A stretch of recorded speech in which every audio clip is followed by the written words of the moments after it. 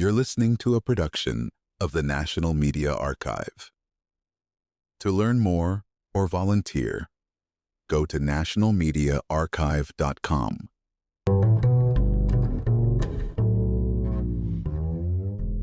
When you picture New York City's iconic waterways, do you think of the Gowanus Canal? Probably not.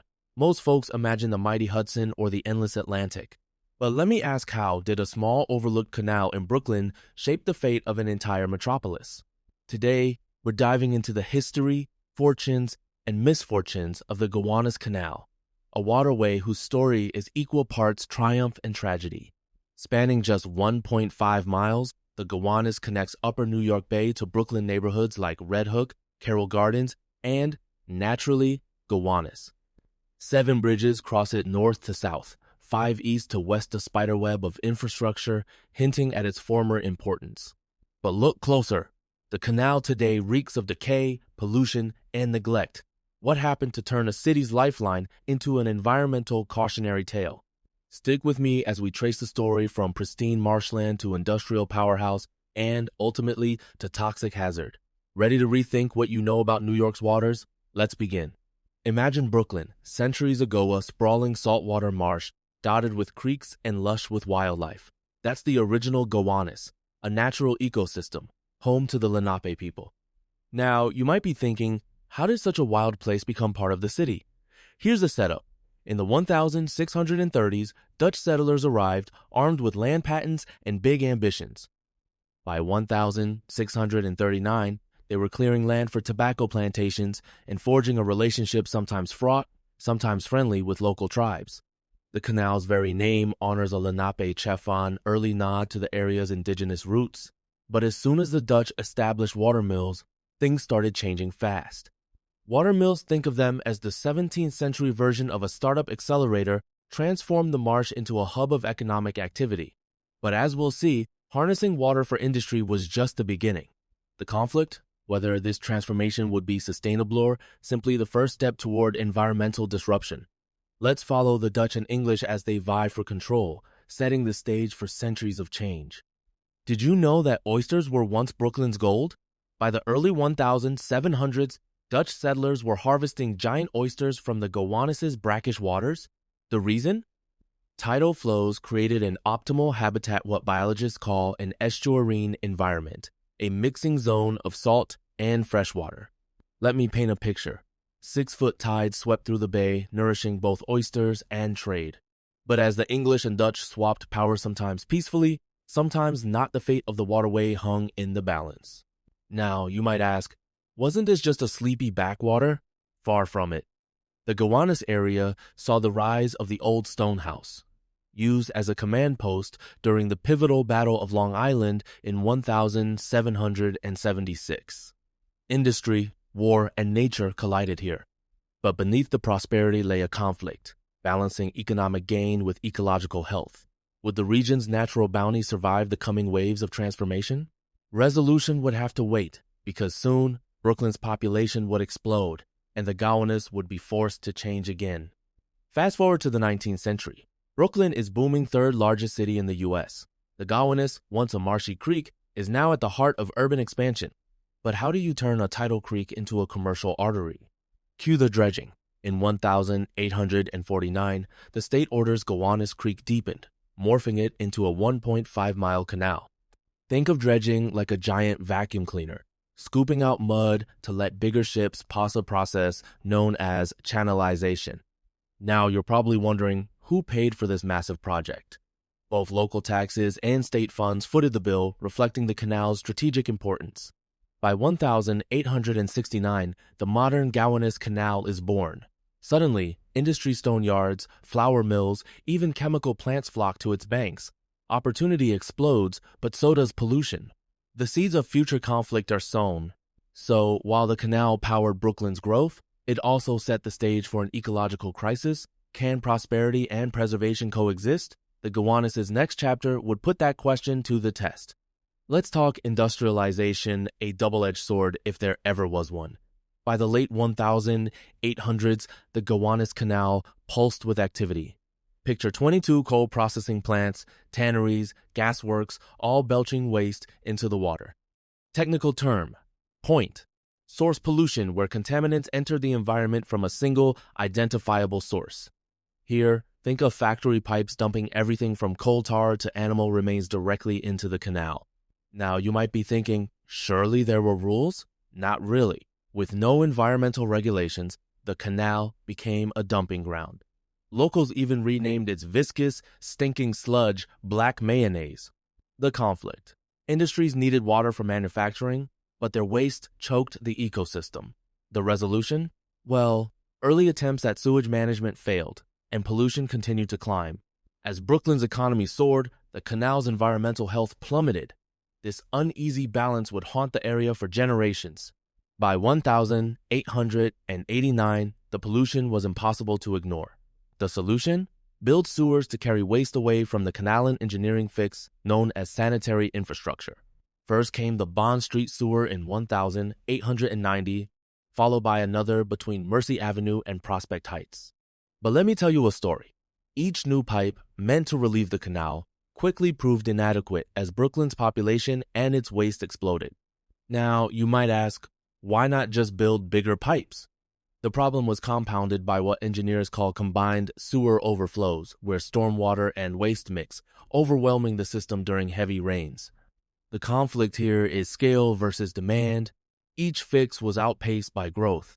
Even a 1,911 water exchange tunnel with a new pumping station failed to stem the tide of filth. Resolution? Not yet. These technical efforts only bought time. The canal's water quality kept deteriorating, setting up a future reckoning. So what happens when solutions fail and industries move away? By the 1960s, the Gowanus Canal faced a new kind of crisis: abandonment. Picture this. For decades, 6 million tons of goods passed through the canal each year, making it one of America's busiest waterways. But as shipping routes shifted to the Verrazano Narrows and industries closed, the canal was left to rot. You might be thinking, doesn't a city step in to maintain such a critical asset? Not this time. New York City's bankruptcy crippled maintenance. The Butler Street pumping station broke in the late 1960s, and for years, water stagnated, pollution festered, and the area became a dumping ground. This dereliction was unprecedented. A once vital corridor now stood as a monument to neglect. And, as we'll see, that legacy would shape the neighborhood's fortunes for decades. So, how did the Gowanus go from industrial powerhouse to ecological pariah? The answer lies in the next wave of urban transformation. As factories vanished, something unexpected happened. Artists, musicians, and entrepreneurs moved into the empty warehouses. By the 1980s, Gowanus was being rediscovered not for industry, but for culture and commerce. Enter the term adaptive reuse, when old industrial spaces find new life as studios, venues, and even chic bars. But the area's toxic legacy loomed large. Let me ask, would you buy a condo beside a canal famous for black mayonnaise? City leaders and developers thought so. In the early 2000s, millions of dollars were funneled into redevelopment plans, rezoning, and big residential projects. However, in 2010, the EPA declared the Gowanus Canal a Superfund Site TA federal designation for the nation's most polluted places. The conflict? Superfund status scared investors but unlocked crucial cleanup funds. The resolution is still unfolding. Revitalization projects continue, but the canal's toxic reputation remains a stubborn obstacle to full transformation. Let's get scientific. The Gowanus Canal is notorious for its high levels of pathogen organisms causing disease including typhoid and cholera. One technical term here is fecal coliform bacterium indicator of sewage contamination. Let me tell you a story. In 2009, after heavy rains, environmentalists found bacteria counts more than 150 times the safe limit. That's not just dirty, it's hazardous. You might be wondering, hasn't anything improved? Some efforts have reduced pollution, but major problems persist. Black mayonnaise, noxious sludge of oil, coal tar, and sewage still coats the canal bed, suffocating life and complicating restoration. The conflict is clear. How do you cleanse a waterway so toxic it's been largely lifeless since World War I? Resolution comes through slow, methodical cleanup dredging, capping, and new sewage controls, but the process is long and fraught with setbacks. Now, here's a twist. Even in the most toxic environments, life finds a way. Scientists discovered unique microbial communities thriving in the canal's black mayonnaise biofilms, which are cooperative colonies of bacteria and protozoa. Technical term, bioremediation using living organisms to break down pollutants. The Gowanus' bizarre bacteria may hold clues for cleaning up contaminated sites worldwide. You might ask, aren't these germs just bad news?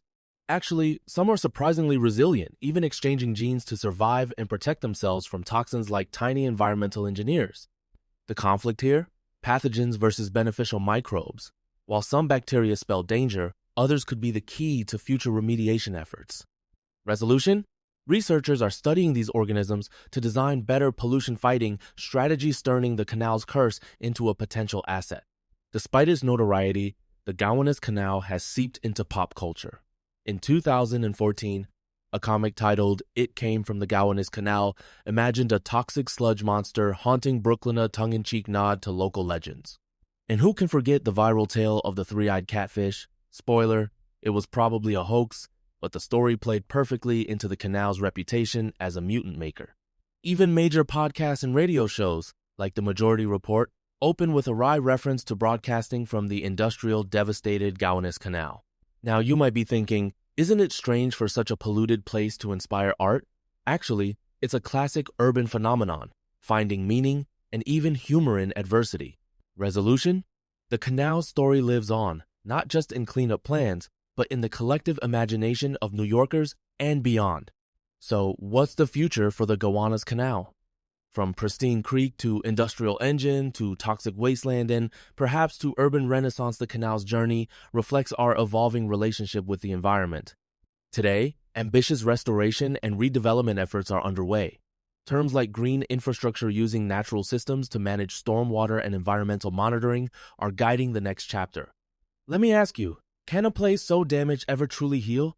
The answer isn't simple, but the progress made so far shows that recovery is possible, even if slow and incomplete.